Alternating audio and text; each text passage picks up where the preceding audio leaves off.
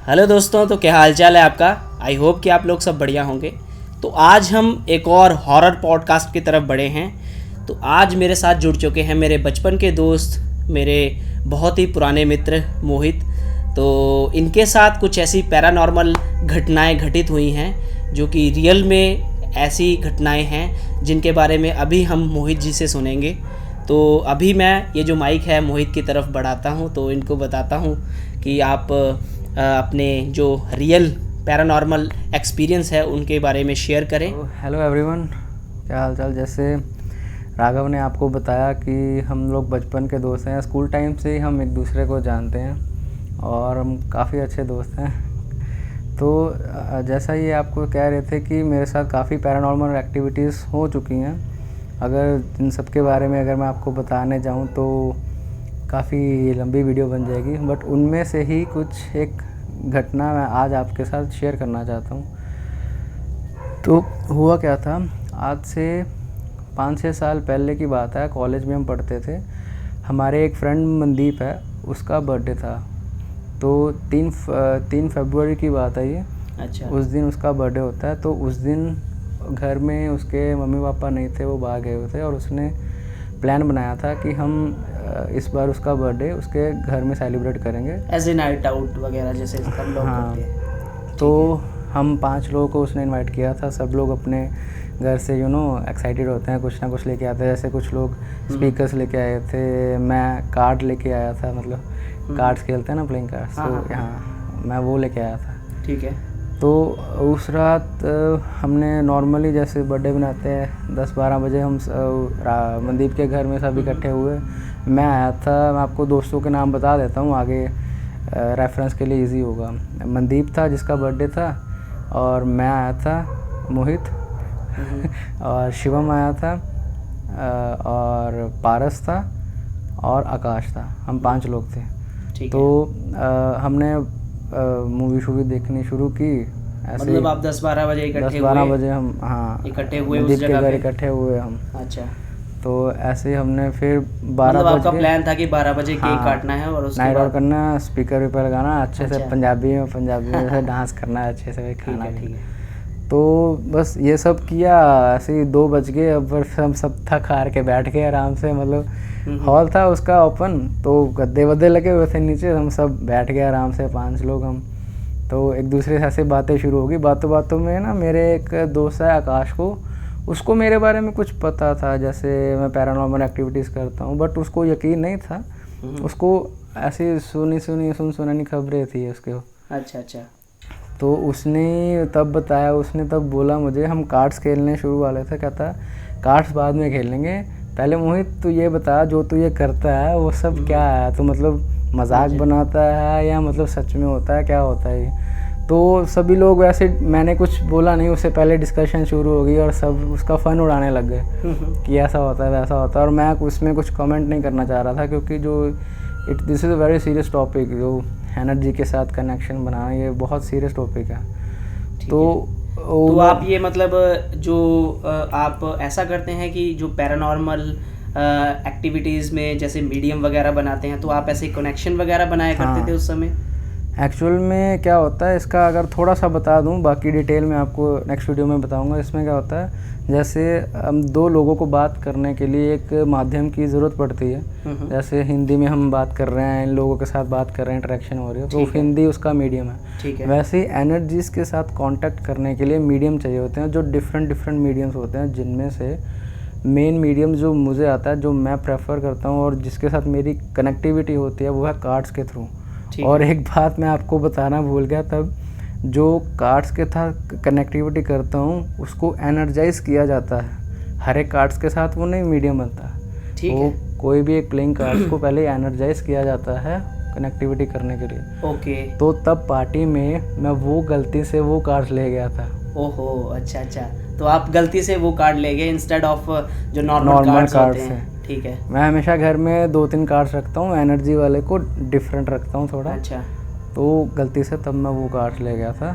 ठीक है। तो फिर उन्होंने बोला, ऐसे फोर्स किया मुझे। मनदीप ने, आज उसका बर्थडे था, कहता भाई मुझे गिफ्ट में तुम कुछ नहीं लाए हो। अच्छा। तो मुझे आज दिखाओ तुम क्या करते हो, ये कहीं झूठ वूठ तो ही है। तो मैंने बोला ठीक है भाई आज। कुछ घंटों के बाद, कुछ समय के बाद आपको ये प्रूफ हो जाएगा क्या है ये सब। मतलब वो आपके एक हिसाब से खिल्ली उड़ा रहे थे कि आपको कुछ आता नहीं है, तो आप भी उस टाइम पे यंग थे, तो आप भी ऐसे सोचते होगे कि चलो मैं भी कुछ इनको दिखाता हूँ। क्योंकि मैं खुद जो एनर्जी के साथ जो एक रोड मैप होता है वो एक्सप्लोरेशन वाला, उसमें धीरे धीरे धीरे उस पॉइंट पे पहुंच रहा था जहां मुझे ये नॉलेज होने वाली थी कि जो मैं ये कर रहा हूँ वो बिल्कुल सही नहीं है। अच्छा। और मुझे वो रोक देना चाहिए। अच्छा, मतलब आप एज ए मतलब उस टाइम पे कैसे इतना मेच्योर नहीं थे, जब अब इस एज में आप आ चुके हैं कि आपको मेच्योरिटी लेवल आप अचीव कर लिया आपने, तो उस टाइम पे इतना मेच्योर नहीं थे इन चीज़ों को लेके खासकर। तो अभी इन चीज़ों के साथ हमें कितना कॉन्शियस होना होता है, ठीक है, तब उस एज में ये मालूम नहीं था, ठीक है, जिसका वो इफेक्ट पड़ता। ठीक है। तो फिर हमने क्या किया, बैठे, और इस मीडियम के बारे में एक और छोटी सी बात बताना चाहूँगा, जो एक तब कोइंसिडेंस हुआ था कि जो ये मीडियम है वो हमेशा ऑड नंबर ऑफ पीपल में बनता है। ठीक है। जैसे मिनिमम 3 लोग होंगे या 5 होंगे या 7, ऐसे ऑड नंबर ऑफ पीपल में ये मीडियम बनता है हमेशा। ठीक है। तो बाय चांस ही हम 5 लोग थे तब, 5 फ्रेंड्स थे हम, तो ये मीडियम बन सकता था। ठीक है। फिर मीडियम्स बनाने से पहले मैंने अपने दोस्त लोगों को रूल्स बताया अच्छे से, आपको नेक्स्ट वीडियो में वो बताऊंगा क्या रूल्स होते हैं, उसके स्टार्टिंग और एंडिंग रूल्स होते हैं। तो उसमें क्या होता है, जो एनर्जी होती है वो एक बार में एक ही इंटरेक्शन करती है एक ही बंदे के साथ। ठीक है। तो हमारा सबसे पहला टास्क ये होता है कि वो किसके साथ वो मीडियम बनेगा, किसके साथ वो इंटरेक्ट करेगी, ये पता लगाना। तो सिंपल था मेरे कार्ड्स का, मुझे जो आंसर्स होते हैं एनर्जी से यस और नो में मिलते हैं। ठीक है। तो मेरा ये पहला सवाल होता है हमेशा एनर्जी से, क्या वो अगर यहाँ पे है तो किसके साथ वो इंटरेक्ट करना चाहती है। ठीक है। तो आप मतलब एज ए कार्ड से आप पूछते हैं उनको तो कि कैसे जैसे जिसके साथ इंटरेक्ट करना है, जैसे फॉर एग्जांपल पहले मैंने मनदीप को पूछा कि मनदीप का नाम लिया, उसको पूछा कि एक कार्ड सेलेक्ट करे, एक नंबर सेलेक्ट बोलो। जैसे फॉर एग्जांपल 5 डायमंड की या 5 स्पेड की उसने वो सिलेक्ट की। ठीक है। तो वो हम ऐसे ही रखेंगे, एक बार उल्टे कार्ड्स पकड़ के मैं अपना वो चैंट करता हूँ, वो एक कॉन्फिडेंशियल चैंटिंग है, वो मैं बता नहीं सकता यहाँ। ठीक है, कोई बात नहीं। तो वो करने के बाद कार्ड एनर्जाइज हो जाते हैं मीडियम के लिए। अगर आसपास कोई एक्टिविटी, मतलब आसपास कोई एनर्जी हो जो इंटरेक्ट करना चाहती है, तभी वो पॉसिबल होगा, वरना नहीं होगा। ठीक है। तो फिर ऐसे ही फर्स्ट मनदीप के साथ ट्राई किया, उस पर नो आ गया। ठीक है। तो ऐसे ही बारी बारी से हमने बाकी दोस्तों में आकाश पे, पारस पे, फिर आ गया, फिर हम लास्ट आए शिवम पे। तो उस पे ये आंसर आ गया था यस, मतलब कि कोई एनर्जी है जो शिवम के साथ कनेक्ट करना चाहती है उस टाइम पे। ठीक है। तो फिर सबसे बड़ी बात ये हो जाती है मेरे लिए जानना कि वो क्यों करना चाहती है। बाकी लोग उस पॉइंट तक सीरियस नहीं थे, कोइंसिडेंस मांग रहे थे। कुछ लोग प्रोबेबिलिटी जैसे हो जाती है, हुआ था कि कुछ लोगों को 50%। हाँ, Shivam was shocked little bit, but he wasn't like believing at that moment. क्या वो एनर्जी जो कनेक्शन बना रही है वो शिवम को जानती है। ठीक है। फिर मैंने ये क्वेश्चन पूछा शिवम से, वो मैंने पूछा, एक नंबर रैंडम नंबर लिया, उसने सेलेक्ट किया, हमने वैसे ही यस नो ट्राई किया, तो वो आंसर यस पे आ गया एकदम से। अच्छा, तो इसका मतलब 3-4 जो आंसर थे वो यस पे आने शुरू हो गए। हाँ, वो आगे बिल्डअप बनता गया, वो हमें पता चलता है। ठीक है। तो अगले सवाल में मैंने ये पूछा, अगर वो एनर्जी शिवम को जानती है तो हो सकता है शिवम भी उस एनर्जी को जानता हो। ठीक है। तो फिर मैंने शिवम का क्वेश्चन उस एनर्जी से पूछा, क्या शिवम तुमको जानता है? तो उसका जवाब भी यस में आया। अच्छा। तो शिवम और सभी बैठे जो एकदम शॉक में हो गए कि शिवम उसको जानता है। अच्छा। फिर मैंने क्या किया कि मैंने 2 मिनट के लिए रोक दिया उस मीडियम को, बातचीत को, और मैं शिवम से जानने की कोशिश की कि उसके बारे में। तो मैंने शिवम को पूछा मे बी तुम जहाँ पे रहते हो, क्या तुम्हारे घर में कोई मतलब रिलेटिव लोग ज़्यादा आते हैं, या तो शिवम से मुझे ये पता चला कि वो रहते ही रेंट के घर पे है, किराए के घर पे रहता है। ठीक है। तो फिर मैंने ऐसे ही एक मेरे मन में थॉट आया, मैं उससे पूछूं क्या जो आपके टेनेंट हैं, जो मकान मालिक हैं, क्या रिसेंटली उनमें से किसी की पास्ट में कोई डेथ हुई है क्या? तो उसने मुझे बताया हाँ, जो उनके टेनेंट हैं उनके पिताजी की हाल ही में देहांत हुआ था पीछे। अच्छा। मकान मालिक के पिताजी। हाँ, ठीक है। जो बच्चे थे उनके दादाजी थे। ठीक है। तो उसका मैंने नाम पूछा उनसे।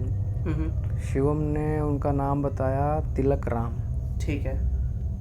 तो फिर मैंने सीधा सा एक ट्राई किया उस एनर्जी से पूछने का, क्या तुम्हारा नाम तिलक राम है या नहीं। तो शिवम ने जो पत्ता चूज़ किया, मैं करता गया, वो आया नहीं। ढेरी में से 40-50 पत्तों के अराउंड नीचे आ गए थे, बस थोड़े से हाथ में बचे थे। एक वो पत्ता जब एकदम से यस में आया तो एकदम से लाइट चली गई। अच्छा। मतलब एक लाइट जग रही थी, वो एकदम से अंधेरा हो गया, लाइट चली गई, सब एकदम से हड़बड़ा गए भाई बस। अच्छा। तो मैंने जो बोला, सर्कल में बैठे थे, हाँ सर्कल में बैठे थे, वो पारस था जो वो आकाश के ऊपर छलांग मारने लगा। तो मैंने उसको रोका, अभी मैंने पकड़ा, भाई मैंने बोला किसी भी हालत में कुछ भी हो जाए ये सर्कल नहीं टूटना चाहिए, बिकॉज जो ये सर्कल बना है वो एक रूल से जैसे बना है, जिस विधि से, उसी से ही ख़त्म होना चाहिए, वरना जो ये एनर्जी है उसका कनेक्शन यहाँ पे हम बन जाएगा, वो यहाँ पे फंस सकती है, वो यहीं पे मतलब ट्रैप हो सकती है उस जगह पे, या फिर किसी के साथ जैसे कनेक्टेड है तो जैसे उसके साथ ट्रैप हो सकती है। उसके लिए बहुत बुरा हो सकता है ये। अच्छा। तो भाई पसीने छूट गए थे भाई डर के मारे में सबके। अच्छा। तो फिर मैंने बोला मनदीप को कि भाई अपना अपना फ़ोन निकालो, और साइड में ऐसे फ्लैश जगा के रख दिया, क्योंकि ये मीडियम ख़त्म करे बिना नहीं छोड़ जा सकते थे। तो फिर शिवम तो काफ़ी डरा हुआ था। फिर अब जबकि हमें ये पता चल चुका था कि वो जो एनर्जी है वो शिवम के मकान मालिक के पिताजी थे, जो हाल ही में जिनका देहांत हुआ, वो क्यों उनके साथ, शिवम के साथ वो इंटरेक्शन करना चाहते हैं, क्यों कांटेक्ट बना रही है। ज़्यादातर कुछ ना कुछ होता है जो रह जाते हैं, कईयों की जो इच्छाएं होती हैं या कुछ होता है, किसी को मोक्ष नहीं मिलता, ऐसे कह सकते हैं, मतलब किसी की जो मुक्ति नहीं मिलती, जो इच्छाएं रह जाती हैं। तो अब मेरे आगे ये सवाल था कि मुझे पता लगाना था कि वो शिवम के साथ अगर कनेक्ट करना चाह रही है तो उसके पीछे का रीज़न क्या है, कारण क्या है। तो ऐसे ही आगे कुछ सवाल मैं पूछता गया, बहुत सारे सवाल पूछे हमने, और सवाल सब बताऊंगा तो बहुत लंबी वीडियो हो जाएगी। तो ये सवाल पता करते करते बीच में हमने काफ़ी महसूस किया, जो रूम का टेम्परेचर था वो धीरे धीरे एकदम लो होता गया। अच्छा। मतलब धीरे धीरे सबको ठंड लगने लग गई थी, काफ़ी मतलब एनर्जी को फील कर पा रहे थे हम। अच्छा। मतलब एक्चुअल में जो क्या होता है, एनर्जी से जिससे बात करते हैं ना, जितना ज़्यादा उससे सवाल करो वो उतना आपके पास आती रहती है।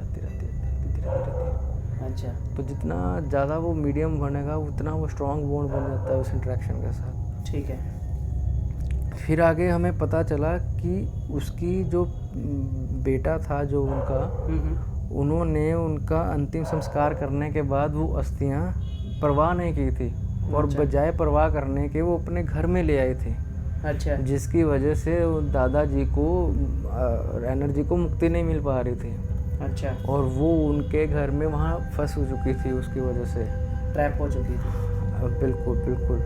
तो ये हमें पता चला उसके दौरान।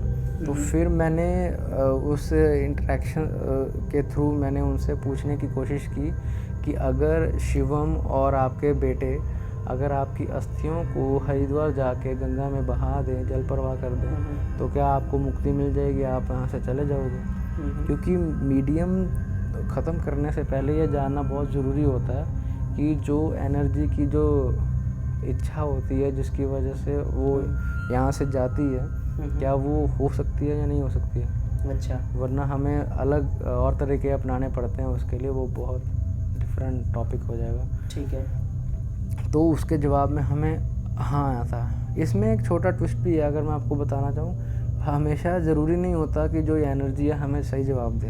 अच्छा। तो उसके लिए एक अलग से एक चैंटिंग होती है जो शुरू में करनी पड़ती है, जो हमें हमेशा, जिसकी वजह से वो जवाब है वो सच में देती है। अच्छा। तो वो मैंने कर रखी थी, जिसकी वजह से उसका जवाब हमें सच मिल रहा था। ठीक है। तो वो था यस। लिटरली शिवम की आंखों में आंसू आ गए थे वो बात सुन के। तो वो डरा हुआ था कि वो कंफ्यूज था कि कैसा? बहुत ज़्यादा डरा हुआ था वो। अच्छा। तो वो जो मतलब उसके आंसर्स आ रहे थे, तो वो बिल्कुल करेक्ट आ रहे थे, तो उस वजह से भी बिल्कुल। उसको कोई ना कहीं मैंने डर लग रहा होगा। इनफैक्ट मैंने कुछ ऐसे क्वेश्चन भी पूछे थे जो सिर्फ और सिर्फ शिवम और उसकी फैमिली को पता था, हम बाकी चारों को नहीं पता था। बट अच्छा। हमें उसका जवाब मिल रहा था, जो कि सही था, जो कि बिल्कुल सही था, जो हमें शिवम बता रहा था कि हाँ। तो he was like shock at that time. So हाँ,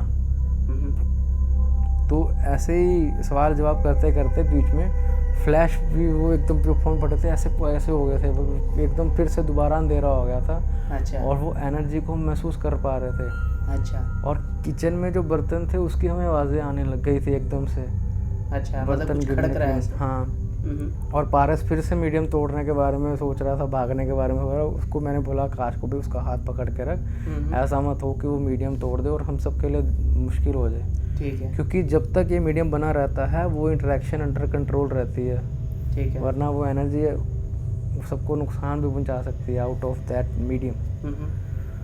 तो एट लास्ट फिर मैंने उनको, शिवम को ये सजेशन दी कि आप उनके बेटे के साथ हरिद्वार जाएं और उनकी अस्थियों को जल प्रवाह कर दें। तो ऐसे ही। So how did you close that medium, मतलब उस मीडियम को कैसे फिर जब हमें उनकी जो एनर्जी थी, मतलब जैसे आपको पता लग गया कि ये चीज़ थी, इसलिए वो जो एनर्जी थी वो आपके कांटेक्ट तो में बिल्कुल। तो जो एनर्जी को हमेशा लास्ट में मैं एक क्वेश्चन पूछता हूँ बिफोर क्लोजिंग दैट मीडियम। मैं ये पूछता हूँ कि अगर मैं ये मीडियम क्लोज कर दूँ तो क्या आप इस जगह को और इस अपने इंटरेक्शन को छोड़ कर चले जाओगे? ये जानना बहुत ज़रूरी है। अच्छा। अगर वो मना कर दे इस जवाब से तो फिर एक अलग विधि करनी पड़ती है, क्योंकि कई होती हैं एनर्जी ऐसे बहुत स्ट्रांग होती हैं जो अपनी मर्ज़ी से नहीं जाना चाहती। ठीक है। जिनको बॉडी चाहिए होती है। एक और इंसिडेंट याद आ रहा है, वो अभी बताना नहीं चाहूँगा तो इसके बारे में हम नेक्स्ट वीडियो में आपसे डिस्कस करेंगे। वो मेरे से ही जुड़ा है डायरेक्टली, मेरे से ही जुड़ा है वो। अच्छा। जैसे ये शिवम की इंटरेक्शन बना था, वो मेरे साथ ही इंटरेक्शन बना था। अच्छा। जो बना रहा था इंटरेक्शन किसी और के लिए, उसके साथ ही वो इंटरेक्शन बन गया था। अच्छा। और जिस रूह को बुलाया था वो आई भी नहीं थी। अच्छा। आई ही कोई और थी। अच्छा। अच्छा। तो ये आपको फिर कभी बताएंगे इसके बारे में। तो हाँ, तो उसके बाद वो शिवम, उसने हाँ बोला एनर्जी ने जब हाँ, आपने क्वेश्चन पूछा? उस एनर्जी ने फिर हाँ बोला। और फिर मैंने अपने क्लोजिंग जो चैंटिंग होते हैं वो मैंने किए और इस मीडियम को बंद किया और वापस से उसको एनर्जीज को स्टेबलाइज किया उस कार्ड में। ठीक है। और फिर वो मीडियम बंद हुआ। बट भाई उस टाइम सुबह के 3:30-4 बज चुके होंगे। अच्छा। और एकदम से सब देख रहे थे एक दूसरे को, सन्नाटा हुआ था। कुछ लोग अच्छा, कुछ बिलीव लोग भी भागना नहीं शुरू कर कर पा रहे रहे होंगे उस थे। टाइम पे। सभी शॉक में थे, जैसे धड़कनें रुक गई हों सबकी, अच्छा। समा रुक गया हो, वैसा था। अच्छा। और शिवम का क्या मतलब, उसका कि क्या शिवम हालत? की स्टेट को तो बताना बहुत मुश्किल था, उसके माइंड में तब क्या चल रहा है। बट उसने एक बात बोली उस टाइम कि मनदीप, मैं इस घर में दोबारा कभी नहीं आऊँगा। अच्छा। और मैं अभी इसी वक्त इस घर को छोड़ कर जा रहा हूँ। अच्छा, वो रात को ही चला गया मतलब घर उसी से? समय अच्छा। उसने बिल्कुल और कुछ नहीं देखा सोचा, बस अपना सामान लिया और बोला कि मैं जा रहा हूँ। अच्छा। लिटरली उसके आंखों में मैंने फर्स्ट टाइम आंसू देखे थे तब वो। अच्छा। अच्छा। तो वो घर की तरफ रवाना हो गया और आप भी उस टाइम पे वहाँ रहे कि आप भी मतलब मैं रहा उस घर में, क्योंकि मेरा रहना ज़रूरी था कुछ देर के लिए, अच्छा। देखने के लिए कि वो स्टेबलाइज हुआ कि नहीं। अच्छा। अच्छा। और मैं प्रेफर करता हूँ, मैंने उसको बताया भी था अगले दिन कि जहाँ हमने ये मीडियम किया वहाँ गंगा जल को तुम रखो, गंगा जल को वहाँ पे छिड़काव वगैरह करने के लिए। ठीक है। बिल्कुल। तो वो मतलब आपके मतलब आपके जीवन की एक ऐसी घटना है कि जिसको आपके दिमाग में ऐसी छाप छोड़ गई हो कि जो मतलब ऐसे ही आपने पैरानॉर्मल एक्टिविटी परफॉर्म की थी वहाँ पे। तो ये मेरे काफ़ी मीडियम में से एक बहुत जाना माना मीडियम था ये वाला। अच्छा। मैंने और भी बहुत सारे मीडियम बनाए थे, बट धीरे धीरे समय के साथ मुझे ये पता चला था कि ये हमें काफ़ी इफ़ेक्ट करती है फिज़िकल लेवल पे। अच्छा। और हमारे मेंटल लेवल पे, हमारी स्पिरिचुअलिटी लेवल के, हमारा जो ऑरा होता है काफ़ी इफेक्ट पड़ती है हमारे आने वाली जनरेशन्स पर भी। फिर मैच्योरिटी आई, एक्सपीरियंस आया, तो मैंने धीरे धीरे इस सब चीज़ों को थोड़ा कम कर दिया। अच्छा, तो अभी आपने सब कुछ क्लोज कर दिया हुआ है ना? अभी आप मतलब इन चीज़ों में इन्वॉल्व नहीं है? अब इसको नहीं करना अभी। ठीक है दोस्तों, तो ये था हमारा आज का एक बहुत ही रियल एक्सपीरियंस की जो भी मोहित ने पैरानॉर्मल एक्टिविटी परफॉर्म की थी during his college days. So I hope कि आपको ये वीडियो अच्छी लगी हो। अगर आप इस चैनल पे नए हैं तो आप इस चैनल को ज़रूर सब्सक्राइब कीजिए, और अगर आपके पास भी ऐसी कुछ हॉरर स्टोरीज़ हैं जो रियल हैं, उसको आप हमारे ईमेल आईडी पे ज़रूर शेयर कीजिएगा। और मिलते हैं आपको नेक्स्ट वीडियो में। बने रहिए हमारे साथ, तब तक के लिए जय हिंद, जय भारत।